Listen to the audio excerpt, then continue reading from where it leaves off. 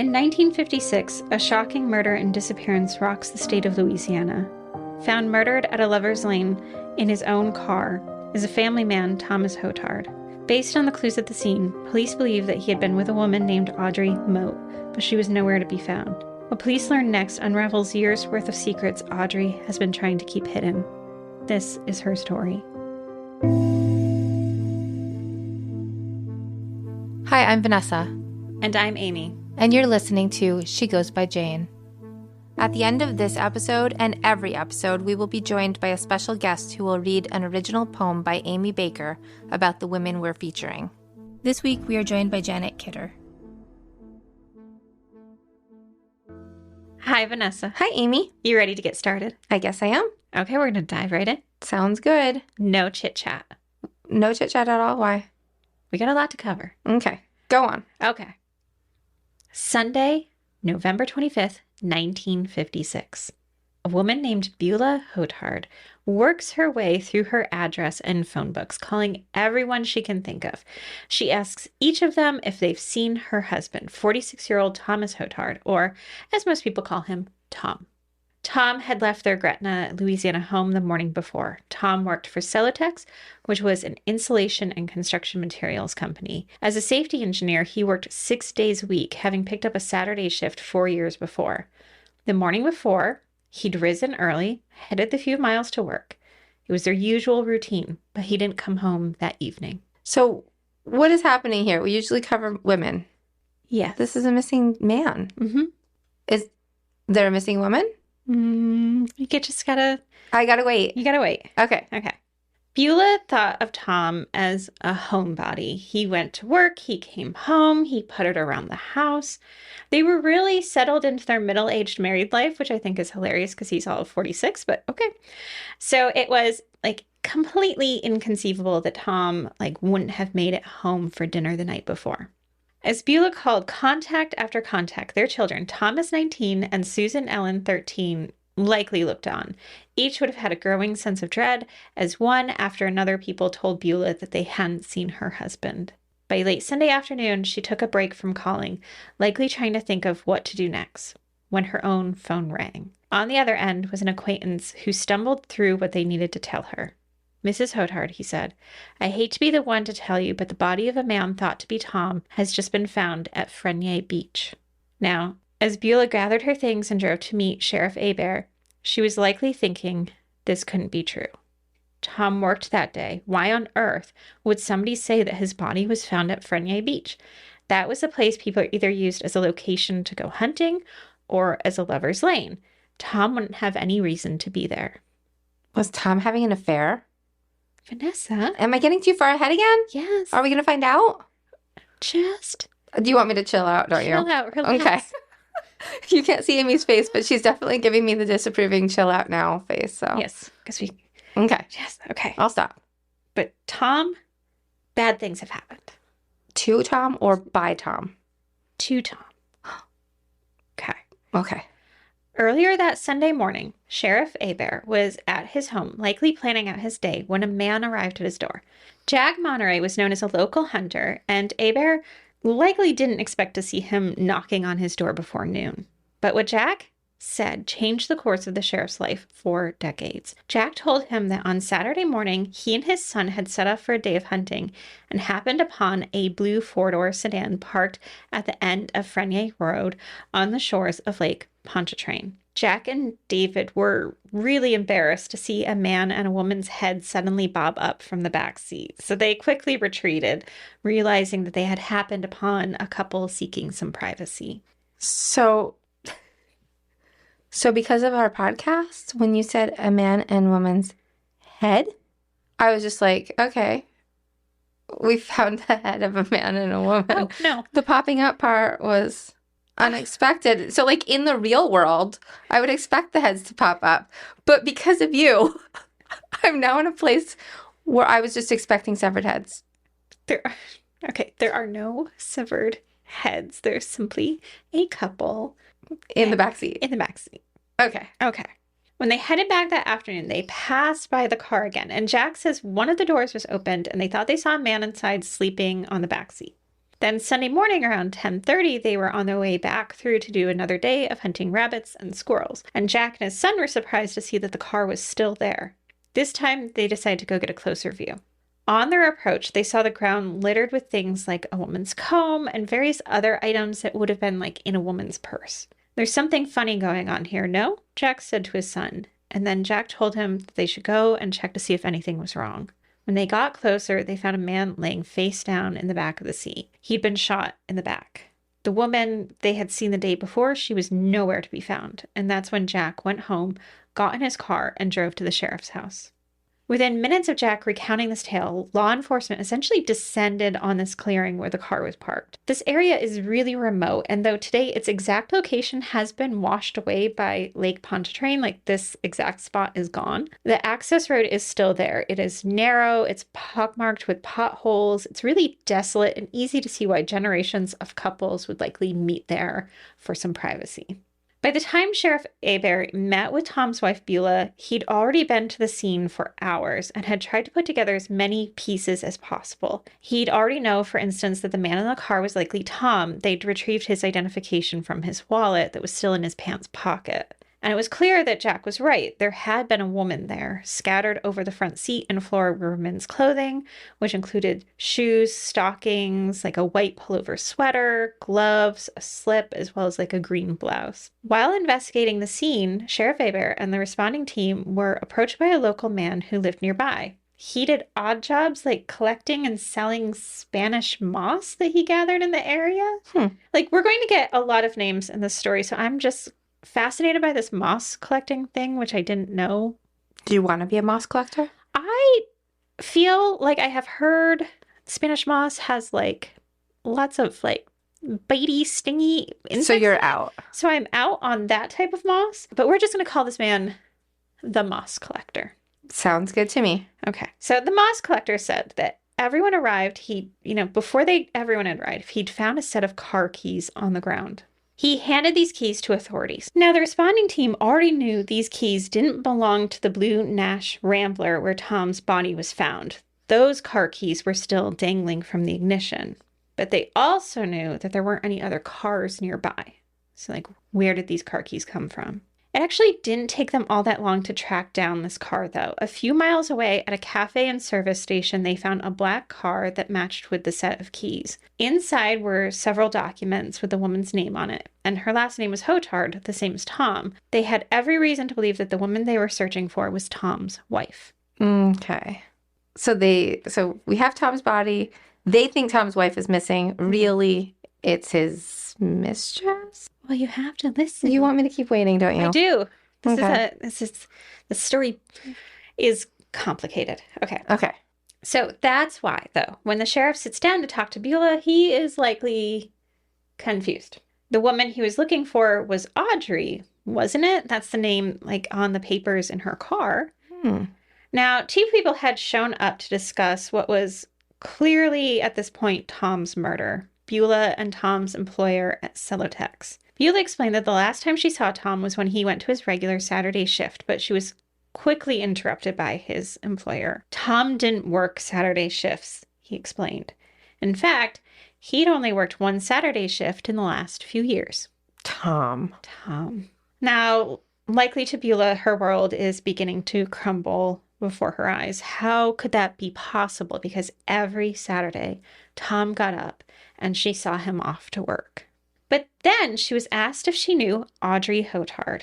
Beulah did know an Audrey, but the Audrey she knew was Audrey Moate, not Audrey Hotard.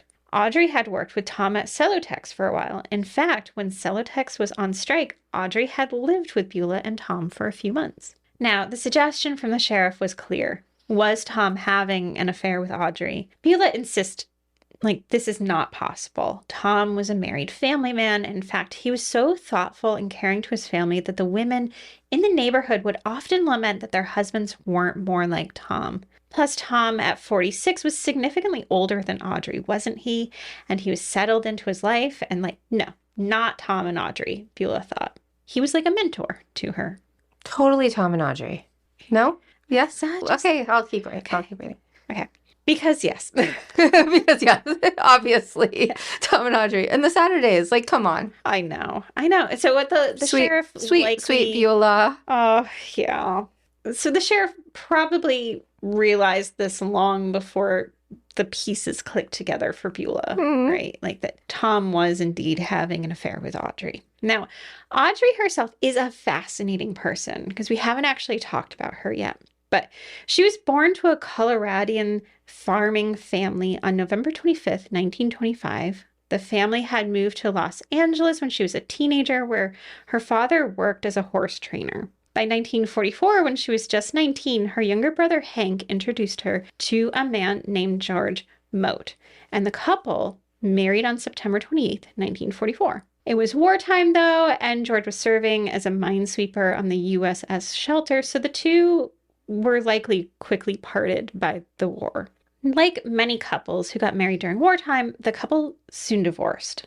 Unlike other couples, though, the two remarried, this time in Louisiana at the start of 1946. Now, George started pursuing his educational dreams, like a move that took them to the University of Washington, and then back to George's home state of Louisiana, where he went to Tulane. And then in this time, the two also had two children together, first Decky, and then a boy named George. I should have said Decky's a daughter. It's a cute name. It is a cute name.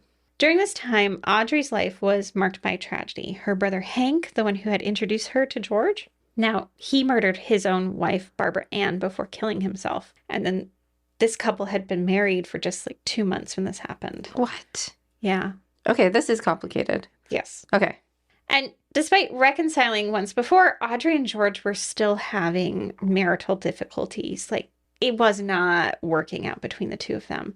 They divorced again in the early 1950s. From my understanding, the kids seemed to be bounced between like adults, sometimes living with Audrey and her mom, Minnie, sometimes with George's parents. But after the divorce, George never saw Audrey. He said she was always at work when he stopped and got the kids, picking them up from her mom, Minnie. But that doesn't mean George disliked her. Of her, George would later say, "We had no ill feelings. Audrey was very smart. You might even say brilliant."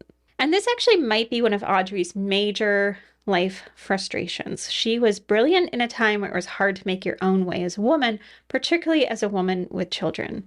I think the general consensus from those who knew her is that she was smart and ambitious and really hated being held back.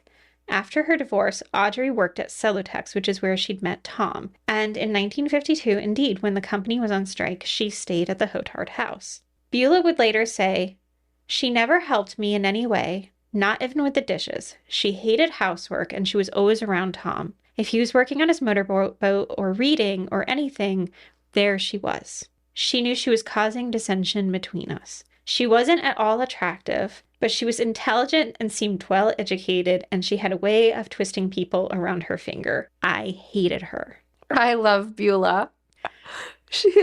That is hilarious. Oh, the part where she's was like, not at all attractive. I hated her. Yeah. Let's not sugarcoat it. Yeah. But also, she didn't think they were having an affair. So come on, yeah. Beulah. She just really, I think as well, like, I think because she really didn't like Audrey, like, I think some of the things that she was having some difficulty understanding, like what would he see in her? Yeah. Yeah. Right. I just kind of want to go to coffee with her and just be like, "Beulah?" Yeah.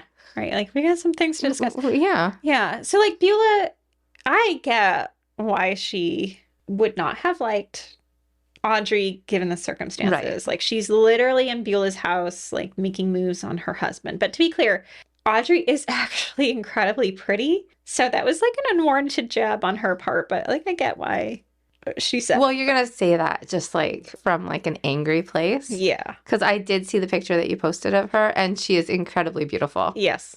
Yeah. Yeah. She's not unattractive.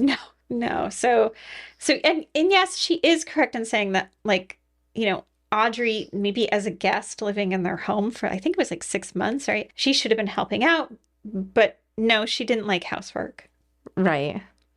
And because, as Beulah also pointed out in a different statement, Audrey was an intelligent, well-educated woman who put herself on a level with men. She told me once she hated all women. Do we think that? It's hard because like Beulah's a little spiteful, and I mean, good reason. Right. But how much of this is true? Well, I think it's hard to get a good sense of Audrey because you're getting it from these various sources, right? And my understanding of Audrey is like maybe she didn't hate women, but she just hated the roles that women were given and the way in which women like inhabit that role. Right, or kind of like submitted to those roles. Yes. Might have. I mean, I could see being uncomfortable with that. If you want something, but you're seeing that all your peers like are doing the exact Right. thing you don't want to be doing, Yeah. it's frustrating, right? Right. And on the other hand, though, there are some people that she worked with who were women, and she did not like mingle with them at all. Like she would have her lunch by herself. So Okay. So she might. she is like a quite kind of cut off from people, I think. Yeah. And really, it is clear that Audrey did not want to be a housewife. She left Celotex and was working as an assistant purchasing agent at Kaiser Construction Company, but it was obvious she wanted to do more. The reason Beulah had thought that Tom was like a mentor to Audrey was because she wanted to do what Tom did, which was to be a safety engineer. And Audrey's mother, Minnie, affirmed this. She said that Tom was helping Audrey with her correspondence courses. Minnie also said that Tom was amazing with Audrey's daughter, Josephine. Hmm. Yeah, because if you are like me and Vanessa's making a face and Yeah. we're just thinking Josephine, who's Josephine? I thought Audrey's kids were Decky and George Jr. Right. Right. Well, Minnie is going to supply us the answer. Minnie said that in late 1954, Audrey needed to go to a clinic in St. Louis, Missouri to take care of her mental health. She was working long hours. She'd been through a divorce while caring for 2 kids. So even back in the 50s, this makes sense. But when Audrey came home, she had a newborn baby with her. Minnie said that while Audrey was away, a couple came to Audrey and asked her to raise their baby, and Audrey readily agreed. Minnie said that when Audrey got home, Tom was really helpful with Josephine. She said that he was amazing, looking after Josephine like one of his own. And that Audrey started to use Tom's last name because she was trying to adopt Josephine, and Tom thought it would be beneficial if the adoption authorities thought Audrey was married. And given how hard it was, or impossible it would be for single divorced women to adopt a child at this point, Audrey readily agreed. Like, isn't Tom great? This is where I'm like, Minnie, I'm going to hold your hand when I tell you this. This is Tom and Audrey's baby. I got some news Yeah. for you. I'm like, likely the sheriff had to do the same thing. Oh my goodness. Yeah, look how great they both are, just adopting this baby out of nowhere. Yeah. Yeah, no. No. So during the investigation, the sheriff learned, that when Audrey told her mother she was going to Missouri, she was lying. Oh, shock. She'd actually just rented an apartment mere blocks away from her mom and stayed there for 2 months before giving birth to Josephine in a local hospital. Tom's name was listed on the birth certificate as the baby's father. Because he was. And police were able to find evidence of all of this in Audrey's car and paperwork. So yeah, to be clear, Audrey and Tom were having not just an affair, but a very involved affair. And based on some other receipts in Audrey's things, it looks like they may have been planning to move in together. We'll be back in a moment.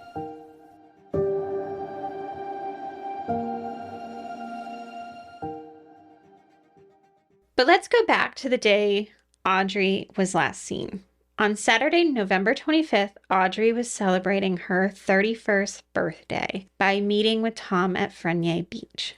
The two seemed to have met at a gas station / cafe at around 6:45 in the morning before going to their location. They likely took Tom's Nash Rambler because that car had a unique feature. Essentially, it was sold as a car you could sleep in while on the road by reclining the front seats back so that they connected with the rear seat, forming a bed. The two had set up a sleeping bag and on a shelf system behind the seats, like placed provisions for the day, like bread, Vienna sausages, chips. Later, the investigators would find some of these food items had been eaten, indicating that the couple at least had time to eat. When Tom's body was found the next day, his pants were pulled down on his legs and his underwear was partially down. He'd been shot from behind, and the killer placed the weapon against the rear window, shooting through it.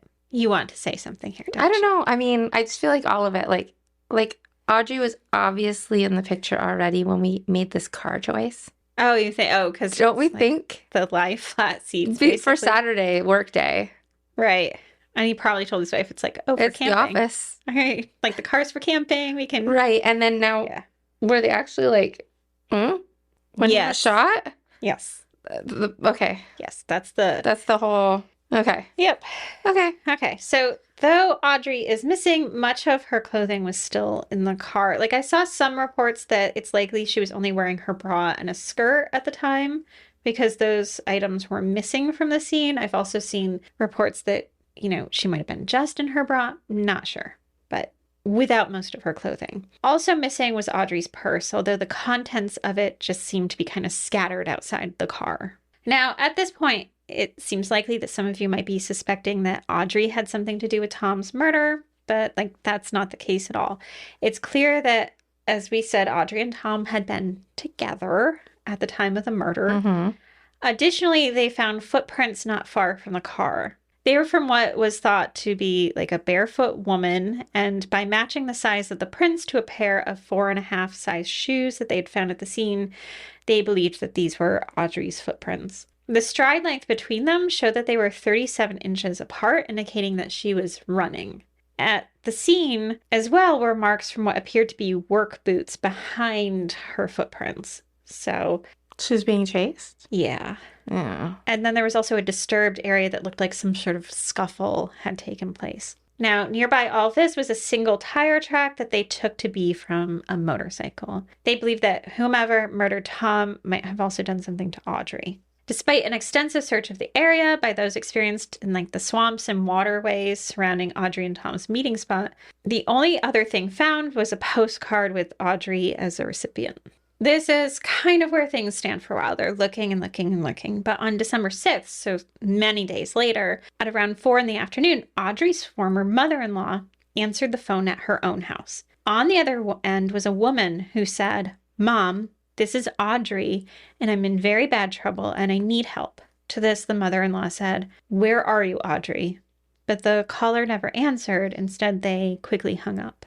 Audrey's mother-in-law said she knew immediately that the person on the other end was Audrey because when she lived in California, Audrey had picked up a clipped accent that sounded distinctly different from everyone else in Louisiana. She also said that she had stayed close to Audrey and that Audrey would call her mom. When asked why she thought Audrey might call her and not her own mother, she said she thought it could be because Audrey was in New Orleans and maybe couldn't call her mom long distance. The police did trace the call to New Orleans and did a sweep of the neighborhood it originated from. There they encountered 2 waitresses who worked at Café du Monde who claimed a woman resembling Audrey had come in.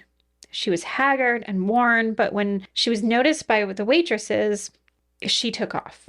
Despite these leads, Audrey was not found. Now, this year, Audrey will turn 100 years old.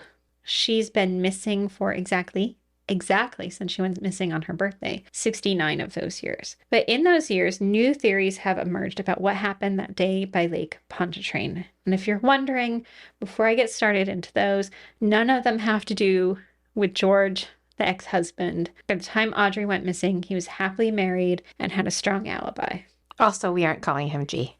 Also, I'm not calling him G. That's a clue, too. Yeah. Theory 1.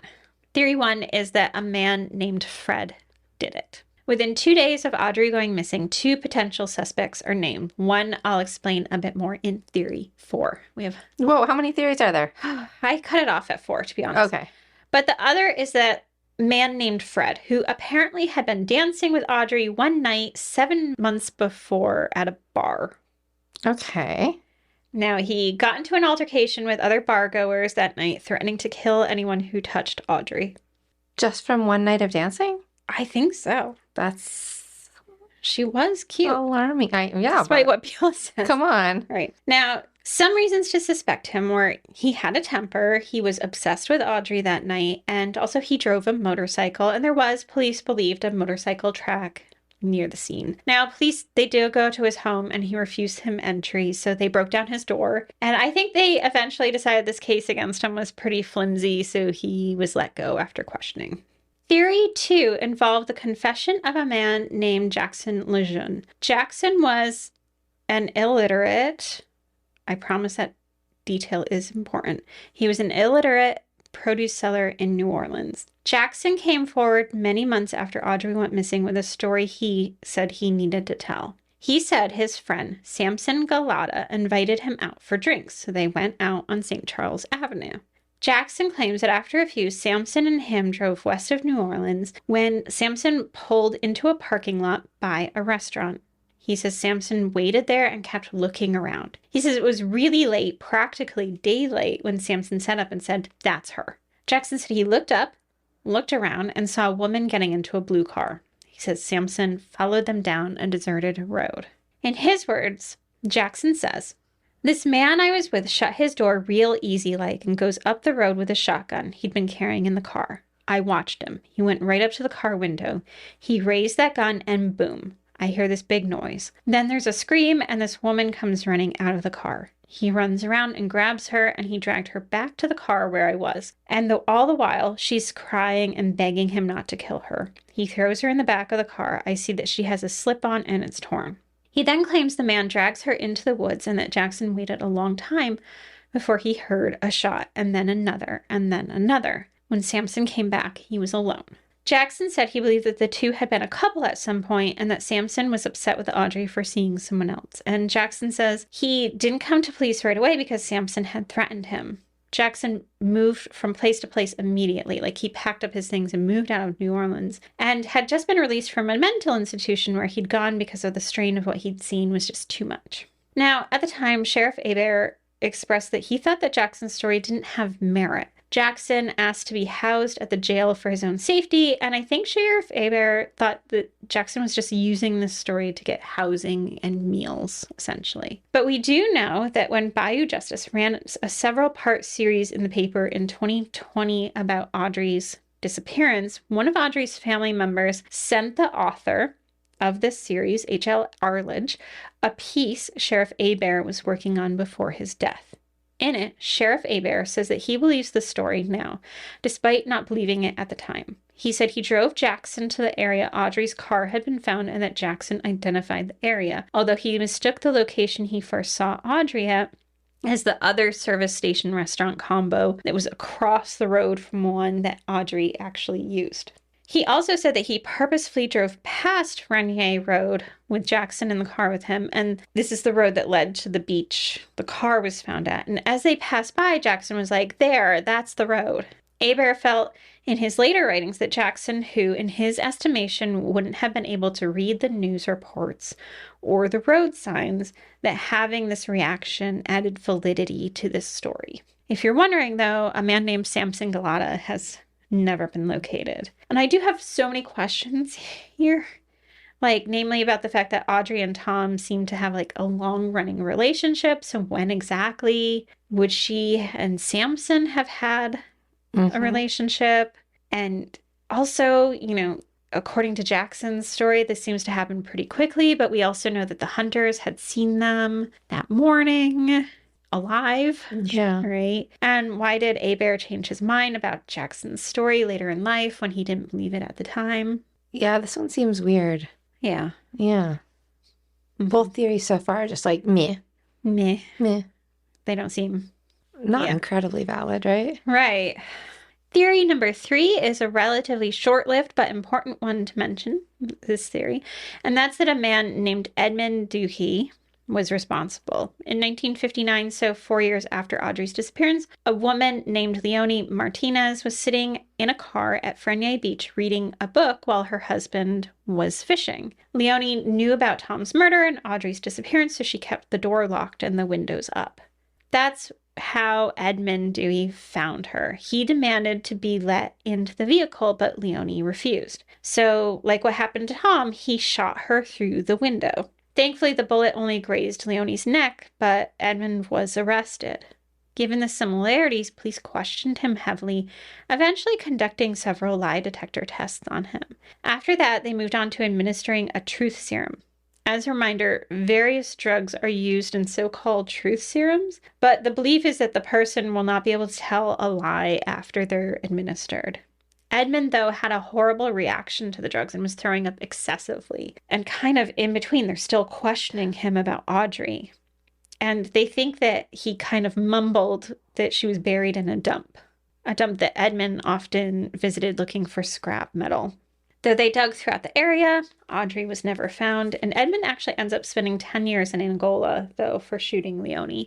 So, yeah. Well, this one sounds more like possible, right? Could it be? Like just more random, right? It's very random. Like, is it too random? But sometimes that does happen, just like opportunity, right? Right. I don't know. Who knows? Know. Yeah. Obviously, no one. No one. Yeah. Theory 4 is the last theory I'll present, although honestly, like, there are probably plenty more theories, and that's that the moss collector had something to do with the crimes. Like, we've already covered a lot of ground. So to refresh our memories, the moss collector is a man who lived in the area collecting Spanish moss. He's the one who brought Audrey's keys to the sheriff, saying that he found them on the ground. Mm-hmm. Now, the moss collector is not the friendliest guy. He lived with his common law wife, C, not far from Frenier Beach, and his daughter, Marvell, said that he would often take pot shots at people he thought got too close to his house. What does that mean? Like, he would just, like, fire his gun in their direction. Seriously? You just walked too close to your house? Yes. His house? Okay. He was a cranky man. That's like excessive crankiness. Yes. Now, C, his wife, was cut from kind of the same cloth, and Marvell says that C would sleep with a gun under her pillow. We calling her C because, she had part in it? Well, I think theory 4 should be probably theory 4A and theory 4B. Okay, so we'll get one and the other. Okay. Now, the moss collector was an original suspect. He actually spent a few days in jail, though they didn't give his name to the press at the time, because he was a suspect. They even inspected his guns, but this was inconclusive because he said he had fired his weapons that week, which is unsurprising from a man who, like, shoots at people coming near his house. And the bullet that killed Tom had gone through the window, which to my understanding had distorted the bullet in some way so that they weren't able to do a comparison. Has something to do with the bullet type. I am not a bullet expert. So anyway, the moss collector's daughter said that when her father was nearing the end of his life, he told her that his wife C had killed the couple. And it's this story that ends up on Unsolved Mysteries. So if you want to hear Robert Stack share some of these details, you can. But the sum of it is that Marvell claims that her father told her that C knew Tom and that the two were distantly related in some vague way. Marvell said that she did know that Audrey and Tom had been to the moss collector's house twice and that Tom and C had argued both times. The moss collector said that C killed the couple inside the house and that he and C had taken Tom's body back to the car. Audrey, on the other hand, they tied her body to a Civil War cannon and dumped it in a canal. That's a first. Yeah. Hearing of a body tied to a cannon? And the whole cannon. Just bloop. Bloop, yes. Marvell recalled asking her dad about the fact that this doesn't align with the details known about the crime, that everyone said that Tom was killed in the car. She says his response was, "Believe what you want to believe." Huh. Now, in the Unsolved Mysteries episode, the sheriff at the time said that he basically spent his free time investigating Tom's murder and Audrey's disappearance. He says that he only partially believes the story, but that what he thinks happened is that the moss collector is actually responsible for the killing, shooting Tom in the car and then harming Audrey. Regardless, there have actually been searches for the cannon that he mentioned, but to no avail. So which theory are you going with? I honestly... There's been so many theories thrown around, and I think it's been so long. I have no idea, to be honest. What are you thinking? Well, I don't know. Just the moss guy doing it sounds more likely than his wife doing it to me. Yeah, in Unsolved Mysteries, the sheriff essentially says that he thinks was his way of confessing without, like, fully taking on the blame. Yeah. And plus, at the time he confessed, C had already passed away. So it's just like, okay, I'll just blame her. Yeah. She's gone. Okay. So, like, all of those theories are are out there. Mm-hmm. But what I wanted to do is bring the story back to Audrey and like her legacy and the impact of her disappearance. Now, within weeks of her going missing, Audrey's mother, Minnie, made an announcement in the papers that she was moving to Oregon. And she did. Minnie took Josephine with her, and Minnie moved in with her sister and brother-in-law. And Josephine, though, ends up being raised by a cousin and wife. Now, back in Louisiana, Decky and George Jr. went to go live with their father, his wife, and, at this point, their step-grandmother. Decky said in later interviews that her brothers seemed to be able to cope with their mother's disappearance, but Decky didn't have that same kind of experience. She said that she experienced a lot of verbal abuse from her step-grandmother. She says, she was the one who really hated me. She said I was evil. I know why you want to get out of the house. You want to go out and peddle your body just like your mother. Step-grandma. Yeah, can you imagine, saying that to, a traumatized kid? Because she was quite young when she lost her mom. Right. She's saying that to... So how old do we think Decky was when she heard this? So I'm not sure exactly where this is in the, Decky's time frame, but I know that Decky leaves the house at, age 17. So she's young. She's traumatized kid. And now she's hearing bad things about her mom and having that kind of comparison. Yeah. And Decky said that also socially it was hard, that she didn't get invited to sleepovers because of how people perceived her mother and therefore her. And she said a lot of this came from parents and not her peers. Decky said, the things they said about my mother, and they didn't even know her. I'll tell you what she was like. She treated me and my little brother with love and respect, not like idiots the way some parents do. She never spanked me. If I did something wrong, she'd sit me down and talk to me quietly. Now, by age 12, Decky had said that she was seeing a psychiatrist, and by 15, she attempted suicide. Decky ran away from home to New York City as a teenager and tried various drugs along the way. She also wasn't allowed to come home, though. Her father thought she would be a bad influence on her step-siblings. Decky would go on to lead her own colorful and complicated and beautiful life. And oh my God, I just really wish she had written a memoir. Mm-hmm. She was a Playboy bunny. Was she? Yeah. And she had this fascinating life. I mean, the Playboy bunny thing is only a small part right. of it, right? But yeah. But good for her after that comment from her step-grandmother. Yeah, that come on, some ownership, Yes. Yeah. And I was really sad to see that she recently passed away. Reading through her obituary, it's so clear there were people who deeply loved Decky. And I want to make clear here that one of those people was Audrey, a person Decky truly saw as a woman before her time. Decky said, she was my best friend. She gave me the seeds that I can be anything I want in life. And for my part, I so wish that Audrey's children could have had her a bit longer. We are now going to listen to Aimee's poem, The Clearing, read by Janet Kidder.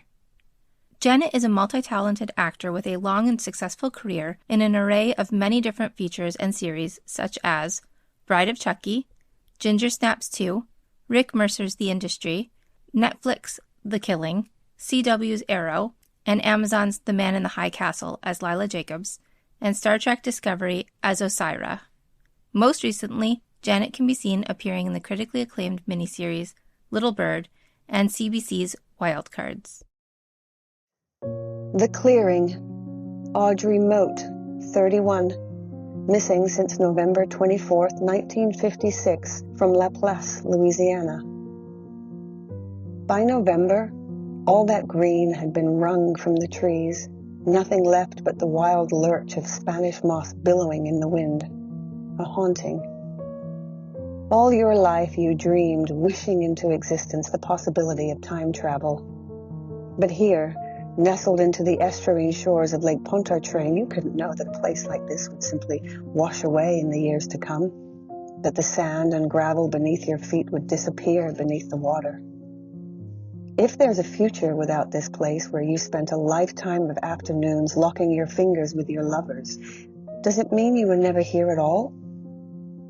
Or would I simply have to wade into the lake itself to find you?